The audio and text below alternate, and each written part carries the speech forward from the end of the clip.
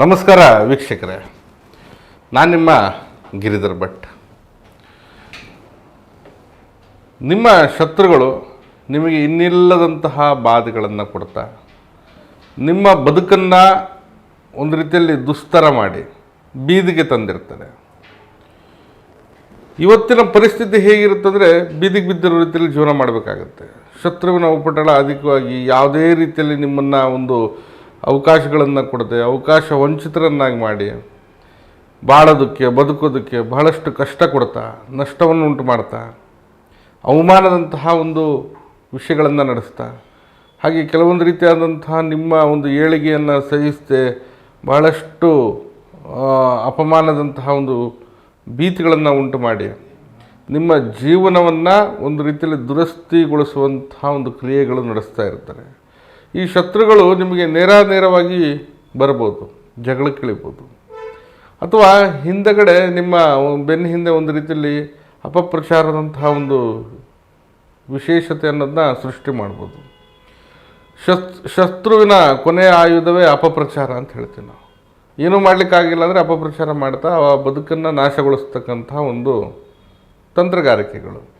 ಹಾಗೆ ನಿಮ್ಮ ಒಂದು ವ್ಯಕ್ತಿತ್ವಕ್ಕೆ ಮಸಿ ಬಳಿತಕ್ಕಂಥ ಒಂದು ವ್ಯವಸ್ಥೆ, ಸುಖಾಸುಮ್ಮನೆ ಆರೋಪ ಅಥವಾ ಕಾಡಾಟ, ಯಾವುದಾದ್ರೂ ಒಂದು ಪ್ರಶ್ನೆಗಳನ್ನು ಇಟ್ಕೊಂಡು ಅಥವಾ ಆ ಒಂದು ವಿಷಯವನ್ನು ಇಟ್ಕೊಂಡು ನಿಮ್ಮನ್ನು ಅಲೆದಾಡಿಸುವಂಥದ್ದು, ಪೀಡಿಸುವಂಥದ್ದು.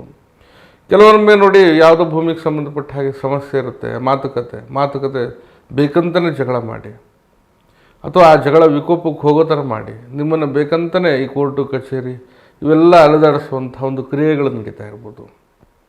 ಅಥವಾ ಕೆಲಸದ ಸ್ಥಳದಲ್ಲಿ ಅಥವಾ ಬೆಳವಣಿಗೆ, ಏನೋ ಮನೆ ಕಟ್ಟಬೇಕು, ಮಕ್ಕಳು ಮರಿ ಚೆನ್ನಾಗಿರ್ಬೇಕು ಅನ್ನೋದು ಯೋಚನೆ ಮಾಡಿರ್ತೀರ, ಅಲ್ಲಿ ತಕರಾರು ತೆಗೆಯೋದು, ನಂದು ಜಾಗ ನಿಮ್ಮದು ಹೀಗೆ ಹಾಗೆ ಅಂಥೇಳಿ ಒಟ್ಟಾರೆಯಾಗಿ ನಿಮ್ಮನ್ನು ಯಾವ ರೀತಿಯಲ್ಲಿ ಅವನತಿಗೊಳಿಸ್ಬೇಕು, ಯಾವ ರೀತಿಯಲ್ಲಿ ನಿಮ್ಮನ್ನು ತುಳಿಬೇಕು, ಯಾವ ರೀತಿಯಲ್ಲಿ ನಿಮ್ಮನ್ನು ಕುಗ್ಗಿಸ್ಬೇಕು, ಬಗ್ಗಿಸ್ಬೇಕು, ತಗ್ಗಿಸ್ಬೇಕು, ಇವೆಲ್ಲವನ್ನು ಯೋಚನೆ ಮಾಡಿ ಮಸಲತ್ತನೆ ಮಾಡಿ ಹಾಗೆ ನಿಮ್ಮ ಒಂದು ಜೀವನಕ್ಕೆ ಮುಳ್ಳಾಗಿ ಕಂಟಕಪ್ರಾಯವಾಗಿ ಬದುಕನ್ನು ಅಸ್ಥಿರಗೊಳಿಸ್ತಕ್ಕಂಥ ಇಂತಹ ದಾರಿದ್ರ್ಯಪೂರ್ವಕವಾಗಿರ್ತಕ್ಕಂಥ ಶತ್ರುಗಳು. ಕೆಲವೊಬ್ಬರು ಈ ಮಾಟ ಮಂತ್ರ ತಂತ್ರದಂತಹ ಬಾಧೆಗಳನ್ನು ಮಾಡ್ತಾ ನಿಮ್ಮ ಮನೆ ಏಳಿಗೆ ಆಗದಿರೋ ಹಾಗೆ ನಿಮ್ಮ ಮೇಲೆ ಪ್ರಹಾರಗಳನ್ನು ಮಾಡ್ತಾ ಸಮಸ್ಯೆಗಳನ್ನು ಮಾಡ್ಬೋದು. ಕೆಲವೊಬ್ಬರು ನಿಮ್ಮ ಮನೆಯಲ್ಲಿರ್ತಕ್ಕಂಥ ಒಬ್ಬ ವ್ಯಕ್ತಿಯನ್ನು ತೆಗೆದುಕೊಂಡು ಅವ್ರ ಇಚ್ಛೆಗೆ ಬಳಸ್ಕೊಳತಕ್ಕಂಥ ಒಂದು ಹುನ್ನಾರಗಳು, ಆ ವ್ಯಕ್ತಿಯಿಂದ ಎಷ್ಟು ಸಾಧ್ಯವೋ ಅಷ್ಟು ಮನೆಯಲ್ಲಿ ಸಮಸ್ಯೆಗಳನ್ನು ಕೊಡ್ತಾ ಹಾಗೆ ಬದುಕಲಿಕ್ಕೂ ಬಿಡದೆ ಒಂದು ರೀತಿಯಲ್ಲಿ ಸಮಸ್ಯೆ ಮಾಡ್ತಾನೆ ಇರ್ತಾರೆ. ಉದಾಹರಣೆಗೆ ನೋಡಿ, ಗಂಡ ಒಳ್ಳೆಯದಾಗಿರ್ತಾರೆ, ಹೆಂಡತಿ ಚೆನ್ನಾಗಿರ್ತಾರೆ, ಗಂಡನ್ನು ಅವ್ರ ಅಂಕುಶದಲ್ಲಿ ಇಟ್ಕೊಂಡು ವಿನಾಕಾರಣ ಆ ಮನೆಯಲ್ಲಿ ಜಗಳ ಸೃಷ್ಟಿ ಮಾಡೋದು. ಕೆಲವೊಬ್ಬರು ಯಾವುದಾದ್ರೂ ಒಂದು ಆಸೆಗೋ ಅಥವಾ ಯಾವುದೋ ಒಂದು ಅವಕಾಶಕ್ಕೋ ಅವಶ್ಯಕತೆಗಳಿಗೋಸ್ಕರನೇ ಆ ಮನೆಯಲ್ಲಿ ದುಸ್ತರ ಮಾಡ್ತಕ್ಕಂಥ ಒಂದು ಕ್ರಿಯೆ. ಮುಂದೆ ನಗನಗತ ಚೆನ್ನಾಗಿ ಮಾತಾಡ್ತಾನೆ ಬೆನ್ನ ಹಿಂದೆ ಚೂರಿ ಹಾಕ್ತಕ್ಕಂಥ ಒಂದು ಪ್ರಕ್ರಿಯೆಗಳು, ಇವೆಲ್ಲವೂ ಕೂಡ ಶತ್ರು ಸಂಕಲ್ಪಿತ ಬಾಧೆಗಳು. ಅವರು ಸಂಕಲ್ಪ ಮಾಡಿರ್ತಾರೆ, ಹೇಗಾದರೂ ಮಾಡಿ ಇವರ ಹುಟ್ಟು ಅಡಗಿಸ್ಬೇಕಂತ ಹೇಳಿ ಅದನ್ನೇ ಅವರು ನಡೆಸ್ತಾ ಇರ್ತಾರೆ. ಆ ಒಂದು ಕ್ರಿಯೆಗೆ ನೀವು ಬಲಿಪುಷರಾಗಿರ್ತೀರ. ನಿಮ್ಮ ವ್ಯವಸ್ಥೆಗೆ ಬಹಳಷ್ಟು ಹುನ್ನಾರ ತಂತ್ರಗಾರಿಕೆಗಳನ್ನು ಮಾಡ್ತಾ ನಿಮ್ಮ ಜೀವನದಲ್ಲಿ ಆಟ ಆಡ್ತಾ ಇರ್ತಾರೆ, ಅವನತಿಯನ್ನು ಮಾಡ್ತಾ ಇರ್ತಾರೆ. ಹಾಗೆ ಕೆಲವೊಂದು ರೀತಿಯಾದಂತಹ ಒಂದು ವೈಮನಸ್ಸು ಸೃಷ್ಟಿ ಮಾಡ್ಬೋದು. ಈ ಜೀವನ ಅನ್ನೋದು ಬಹಳ ವಿಶೇಷತೆಯಿಂದ ಮಾಡಬೇಕು. ಯಾವಾಗಲೂ ನಾವು ನಮ್ಮ ಜೀವನ, ನಮ್ಮ ಕುಟುಂಬ, ನಮ್ಮ ವ್ಯವಸ್ಥೆ, ನಮ್ಮ ಪರಿಸರ ಇವೆಲ್ಲವನ್ನು ಸ್ವಚ್ಛವಾಗಿ ಇಟ್ಕೊಳ್ಬೇಕು. ಎಲ್ಲೋ ಒಂದು ಕಡೆ ಮನುಷ್ಯ ಏನೋ ಒಂದು ಆಗ್ತಾ ಇದ್ದಾನೆ, ಒಂದು ಒಳ್ಳೆ ಹಂತದಲ್ಲಿದ್ದಾನೆ, ಯಾರಿಗೂ ಕೂಡ ಬಿಡುವಂತಹ ಪರಿಸ್ಥಿತಿಯಲ್ಲಿಲ್ಲ, ಬೆಳೀತಾ ಇದ್ದಾನೆ. ಆ ಒಂದು ಬೆಳವಣಿಗೆ ಸಹಿಸ್ತನೇ ಇಂತಹ ಒಂದು ಅಪಚಾರದ ಕ್ರಿಯೆಗಳನ್ನು ಮಾಡ್ತಕ್ಕಂಥದ್ದು. ಆ ಬೆಳವಣಿಗೆಗೆ ಬೇಕಂತಲೇ ಕಲ್ಲು ಮುಳ್ಳುಗಳನ್ನು ಹಾಕಿ ಆ ಬೆಳವಣಿಗೆಯನ್ನು ಹೇಗಾದರೂ ಮಾಡಿ ತಗ್ಗಿಸುವಂಥ ಒಂದು ಕೆಲಸಗಳು ಈ ಶತ್ರುಗಳಿಂದ ನಡೀತಾ ಇರ್ತದೆ. ಇಂತಹ ಶತ್ರುಗಳು ನಿಮ್ಮ ಬೆನ್ನ ಹಿಂದೆ ಕಾಡಾಟಗಳನ್ನು ಕೊಡ್ತಾ ನಿಮ್ಮ ಜೀವನದಲ್ಲಿ ಆಟ ಆಡ್ತಾ ನಿಮ್ಮ ಬದುಕಿನಲ್ಲಿ ಅವರು ಒಂದು ರೀತಿಯಲ್ಲಿ ಅವ್ರದ್ದೇ ಆದಂತಹ ಒಂದು ತಂತ್ರಗಾರಿಕೆ ನಡೆಸ್ತಾ ನಿಮ್ಮ ಜೀವನವೇ ಬೀದಿ ಪಾಲು ಮಾಡಿರ್ತಾರೆ. ಅಂತಹ ಶತ್ರುಗಳು ಬೀದಿಗೆ ಬೀಳಬೇಕು.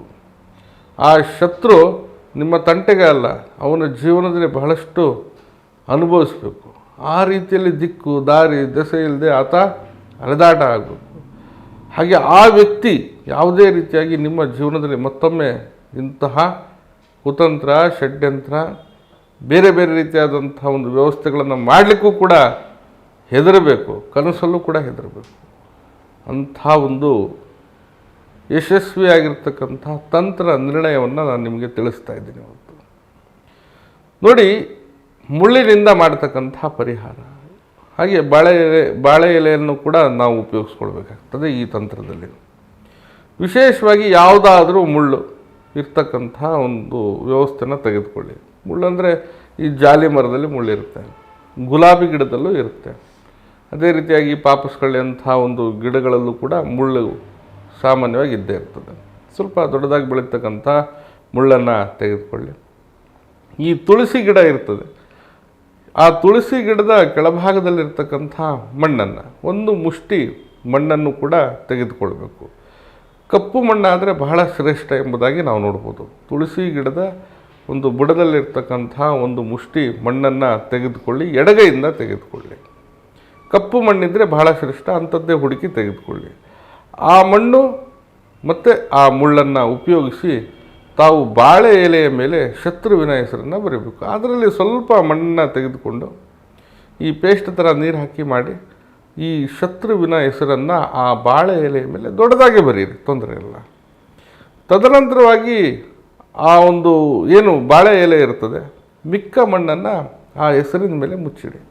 ಸ್ವಲ್ಪ ಮಣ್ಣಲ್ಲಿ ತಾವು ಹೆಸರು ಬರೆದ್ರಿ, ಮತ್ತು ಮಿಕ್ಕಿರ್ತಕ್ಕಂಥ ಮಣ್ಣೇನಿದೆ ಅದರ ಮಣ್ಣಲ್ಲಿ ತಾವು ಆ ಹೆಸರನ್ನು ಮುಚ್ಚಿಡಿ. ಹಾಗೆ ಅದರ ಮೇಲೆ ಇನ್ನೊಂದು ಬಾಳೆ ಎಲೆಯನ್ನು ಹಾಕಿ, ಕೆಳಗಡೆ ಬಾಳೆ ಎಲೆ, ಅದರ ಮೇಲ್ಗಡೆ ಹೆಸರು ಬರೆದಿರ್ತೀರ, ತದನಂತರವಾಗಿ ಕಪ್ಪು ಮಣ್ಣನ್ನು ಮುಚ್ಚಿರ್ತೀರ ತುಳಸಿ ಗಿಡದ್ದು, ಅದರ ಮೇಲ್ಗಡೆ ಇನ್ನೊಂದು ಬಾಳೆ ಎಲೆಯನ್ನು ಹಾಕಿರ್ತಾರೆ. ಏನು ಉಳಿದಿರ್ತಕ್ಕಂತಹ ಮುಳ್ಳನ್ನು ಮೇಲ್ಭಾಗದಿಂದ ಚುಚ್ಚಿಬಿಡಿ. ಇದನ್ನು ಯಾರೂ ಇಲ್ಲದ ಸ್ಥಳದಲ್ಲಿ, ಯಾರೂ ಓಡಾಡದೇ ಇರತಕ್ಕಂತಹ ಜಾಗದಲ್ಲಿ, ಹಾಗೆ ನಿಮಗೆ ಅನುಕೂಲವಾಗಿರ್ತಕ್ಕಂಥ ಸ್ಥಳ ಇರಲಿ, ಹಾಗೆ ನಿಮಗೆ ಸಂಬಂಧಪಟ್ಟಂಥ ಜಾಗ ಇರಬಾರ್ದು. ಇದನ್ನು ಅರ್ಥ ಮಾಡ್ಕೊಳ್ಳಿ. ಆ ಜಾಗ ನಿಮಗೆ ಸಂಬಂಧಪಟ್ಟಿದ್ದಿರಬಾರ್ದು, ಯಾವ ವ್ಯಕ್ತಿಗೂ ಕೂಡ ಸಂಬಂಧಪಟ್ಟಿದ್ದಿರಬಾರ್ದು. ಯಾವುದಾದ್ರೂ ಹೊಳೆ ದಂಡೆ ಹತ್ರನೋ ದೂರದಲ್ಲಿ ಎಲ್ಲರೂ ಒಂದು ಖಾಲಿ ಜಾಗದಲ್ಲೋ ಇದನ್ನು ತಾವು ಒಂದು ಸ್ವಲ್ಪ ಆಳ ತೆಗೆದು ಮುಚ್ಚಿಡಿ. ಮುಚ್ಚಿದ ನಂತರ ಈ ಕ್ರಿಯೆನ ತಾವು ಅಮಾವಾಸ್ಯೆ ದಿನ ಮಾಡಬೇಕು ಅಥವಾ ಹುಣ್ಣಿಮೆಯ ದಿವಸ ಮಾಡಬೇಕು. ಒಂದು ವೇಳೆ ತಾವು ಅಮಾವಾಸ್ಯೆ ದಿನ ಈ ಕ್ರಿಯೆಯನ್ನು ಮಾಡಿದರೆ, ನಂತರದ ಮುಂದಿನ ಹುಣ್ಣಿಮೆಯ ದಿನದಲ್ಲಿ ಯಾವ ಗಿಡದ ಮುಳ್ಳನ್ನು ತೆಗೆದುಕೊಂಡಿರ್ತೀರ ಅದೇ ಗಿಡದ 5 ಮುಳ್ಳನ್ನು ತೆಗೆದುಕೊಳ್ಬೇಕು ನೀವು. ಯಾವಾಗ ಅಮಾವಾಸ್ಯೆ ದಿನ ಈ ಕೆಲಸ ಮಾಡಿದರೆ, ಮುಂದೆ ಬರ್ತಕ್ಕಂಥ ಹುಣ್ಣಿಮೆಯ ದಿವಸದಲ್ಲಿ 5 ಮುಳ್ಳನ್ನು ಯಾವ ಗಿಡದಿಂದ ಮೊದಲು ತಗೊಂಡಿರ್ತೀರಲ್ಲ ಆ ಮುಳ್ಳಿನ ಒಂದು ವಿಷಯವನ್ನು ಅದೇ ಒಂದು ಗಿಡದಿಂದ 5 ಮುಳ್ಳನ್ನು ತೆಗೆದುಕೊಂಡು ತಾವು ಹೂತಾಕಿರ್ತಕ್ಕಂತಹ ಜಾಗದ ಮೇಲ್ಭಾಗದಲ್ಲೇ 5 ಮುಳ್ಳನ್ನು ಚುಚ್ಚಿ ಹಿಂದೆ ತಿರುಗಿ ನೋಡದೆ ಬರಬೇಕು. ಹೋಗೋವಾಗ ಯಾರಿಗೂ ಮಾತಾಡಬಾರ್ದು, ಬರೋವಾಗಲೂ ಕೂಡ ಯಾರಿಗೂ ಮಾತಾಡಬಾರ್ದು. ಮುಳ್ಳು ಚುಚ್ಚಿದ ಮೇಲೆ ಹಿಂದೆ ತಿರುಗಿ ನೋಡಬಾರ್ದು. ಈ ಒಂದು ನಿಯಮ, ಈ ಒಂದು ರೀತಿ, ಈ ರೀತಿ ರಿವಾಜು ನಿಯಮದ ಪ್ರಕಾರನೇ ತಾವು ಮಾಡಬೇಕು. ಹೀಗೆ ಮಾಡೋದ್ರಿಂದ ಶತ್ರುವಿನ ಅವನತಿ ಕಟ್ಟಿಟ್ಟ ಬುತ್ತಿ. ಶತ್ರು ಬೀದಿಗೆ ಬಂದು ನಿಲ್ತಾನೆ. ಶತ್ರುವಿನ ಅಟ್ಟಹಾಸ, ಶತ್ರುವಿನ ಒಂದು ಆವೇಶ ಅಥವಾ ಶತ್ರುವಿನ ಹುನ್ನಾರ ತಂತ್ರಗಾರಿಕೆ ನಿಮ್ಮ ಮುಂದೆ ನಡೆಯಲ್ಲ. ನೀವು ಶತ್ರುಗಳಿಗೆ ಡೊಗ್ಗಿ ಸಲಾಂ ಹೊಡೆಯುವಂತಹ ಒಂದು ಅವಶ್ಯಕತೆ ಇರೋದಿಲ್ಲ.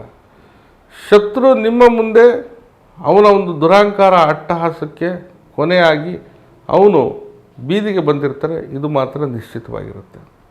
ಅಮಾವಾಸ್ಯೆ ದಿನ ಮಾಡಿ ಹುಣ್ಣಿಮೆಗೆ ಮುಗಿಸಿ, ಅಥವಾ ಹುಣ್ಣಿಮೆಯ ದಿನ ಮಾಡಿ ಅಮಾವಾಸ್ಯೆಗೆ ಮುಗಿಸಿ. ಈ ತಂತ್ರವನ್ನು ಮಾಡುವಂತಹ ರೀತಿ ನೀತಿ ಸ್ಪಷ್ಟತೆಯಿಂದಿರಲಿ. ಹಾಗೆ ಬಹಳ ಸುಲಭವಾಗಿ ಮಾಡ್ಬೋದು, ಮತ್ತು ಮಾಡುವಂತಹ ನಿಯಮ ನಿಖರವಾಗಿರಬೇಕಷ್ಟೆ. ಇದನ್ನು ಮಾಡೋದ್ರಿಂದ ಖಂಡಿತವಾಗಿ ನಿಮ್ಮ ಜೀವನದಲ್ಲಿ ಸಫಲತೆ, ಗೆಲುವು ಸಿಕ್ಕೇ ಸಿಗುತ್ತೆ ಎಂಬುದಾಗಿ ನನ್ನ ಒಂದು ನಂಬಿಕೆಯ, ವಿಶ್ವಾಸದ ಒಂದು ಮಾತಿದು. ಇರಲಿ, ಇದೆಲ್ಲವನ್ನು ತಂತ್ರದಲ್ಲೇ ನಾವು ಭೇದಿಸ್ತಾ ಇರ್ತೀವಿ. ಹಾಗೆ ಶತ್ರು ಸಂಬಂಧಿತ ಕೆಲವೊಂದು ಕಿರಿಕಿರಿ, ಅಟ್ಟಹಾಸ ಅಧಿಕವಾಗಿದ್ದಾಗ, ತೊಂದರೆಗಳಿದ್ದಾಗ ಅದರದ್ದೇ ಆದಂತಹ ತಂತ್ರ ಪರಿಹಾರಗಳಿರ್ತದೆ. ಕೆಲವೊಮ್ಮೆ ನೋಡಿ, ಶತ್ರುವಿನ ಹೆಸರು ಗೊತ್ತಿರೋದಿಲ್ಲ, ಶತ್ರು ಯಾರು ಎಂಬುದಾಗಿ ನಿರ್ಣಯ ಮಾಡಲಿಕ್ಕಾಗಲ್ಲ. ಎಲ್ಲರೂ ಚೆನ್ನಾಗಿರ್ತಾರೆ, ಮುಂದೆ ಬೆನ್ನಿಂದ ಏನಾಗ್ತಿದೆಯೋ ಗೊತ್ತಿಲ್ಲ. ಒಟ್ಟು ಏನೋ ಒಂದು ನಡೀತಾ ಇದೆ ಅನ್ನೋದಾದರೂ ನಿಮ್ಮ ಮನಸ್ಸಿಗೆ ಗೊತ್ತಿರ್ತದೆ. ಆದರೆ ಇಂಥವರೇ ಏನೋ ಮಾಡಿದ್ದಾರೆ ಅನ್ನೋದು ನಿಮ್ಗೆ ಅರ್ಥ ಆಗಿರೋದಿಲ್ಲ. ಆಗೇನು ಮಾಡಬೇಕು? ಸಾಧ್ಯನಾಮ ಸಿಗದೇ ಹೋದ ಪಕ್ಷದಲ್ಲಿ ತಾವು ಏನು ಬಾಳೆ ಎಲೆ ಮೇಲೆ ಹೆಸರನ್ನು ಬರೀತಿರಲ್ಲ, ಆ ಒಂದು ಹೆಸರೇ ಗೊತ್ತಿಲ್ಲದೆ ಸಮಯದಲ್ಲಿ ಸರ್ವಶತ್ರುನ್ ಅಂತ ಹೇಳಿ ಹಾಕ್ಬೋದು. ಸರ್ವಶತ್ರುನ್ ಈ ರೀತಿಯಾಗಿ ತಾವು ಬರೆದು ಅದಾದ ನಂತರ ಅದರ ಮೇಲೆ ತಾವು ನಾನು ಹೇಳಿದಂಥ ನಿಯಮವನ್ನು ಕೂಡ ಮಾಡ್ಬೋದಾಗಿದೆ. ಹೆಸರು ಗೊತ್ತಿಲ್ಲದೆ ಇದ್ದರೆ ಅಥವಾ ಯಾರು ಶತ್ರು ಅನ್ನೋದು ಗೊತ್ತಾಗದೆ ಹೋದಂಥ ಸಂದರ್ಭದಲ್ಲಿ ಈ ರೀತಿ ಮಾಡ್ಬೋದು. ತಾವು ಮಾಡಿ ಖಂಡಿತ ಶುಭ ಫಲಿತಾಂಶ, ಶುಭ ವಿಚಾರಗಳು ಘಟಿಸುತ್ತೆ. ನೋಡ್ತೀರಾ, ಖಂಡಿತ ಈ ಶತ್ರು ಸಂಬಂಧಿತ ಬಾಧೆಗಳಿಂದ ಹೊರಗಡೆ ಬರ್ತಾರೆ. ಹಾಗೆ ಶತ್ರು ಮೂಲೆ ಗುಂಪಾಗಿ ಬೀದಿಗೆ ಬೀಳ್ತಾನೆ ನಿಶ್ಚಿತವಾಗಿ. ನಾನು ನಿಮ್ಮ ಗಿರಿಧರ್ ಭಟ್. ನೀವು ನಿಮ್ಮ ಸಮಸ್ಯೆಗಳನ್ನು ಮುಕ್ತವಾಗಿ ಸಮಾಲೋಚನೆ ಮಾಡ್ಬೋದು. ಈ ಕೆಳಗಡೆ ಕಾಣ್ತಾ ಇರ್ತಕ್ಕಂತಹ ನಂಬರ್ಗೆ ಕರೆ ಮಾಡಿ, ಅಥವಾ ನೇರವಾಗಿ ಬಂದು ಭೇಟಿ ಆಗಬೇಕಾಗಿದ್ದರೆ ಬರ್ಬೋದಾಗಿದೆ. ಬೆಂಗಳೂರಿನಲ್ಲಿರ್ತಕ್ಕಂತಹ ಯೂನಿವರ್ಸಿಟಿ ಕ್ವಾರ್ಟರ್ಸ್ ಸರ್ಕಲ್ನಲ್ಲಿ ನಮ್ಮ ಕಚೇರಿ ಮತ್ತು ಮನೆ ಇದೆ. ಮೊದಲೇ ಸಮಯವನ್ನು ನಿಗದಿಪಡಿಸ್ಕೊಂಡು ತಾವು ಬನ್ನಿ. ಎಲ್ಲರಿಗೂ ಕೂಡ ಶುಭವಾಗಲಿ. ನಮಸ್ಕಾರ.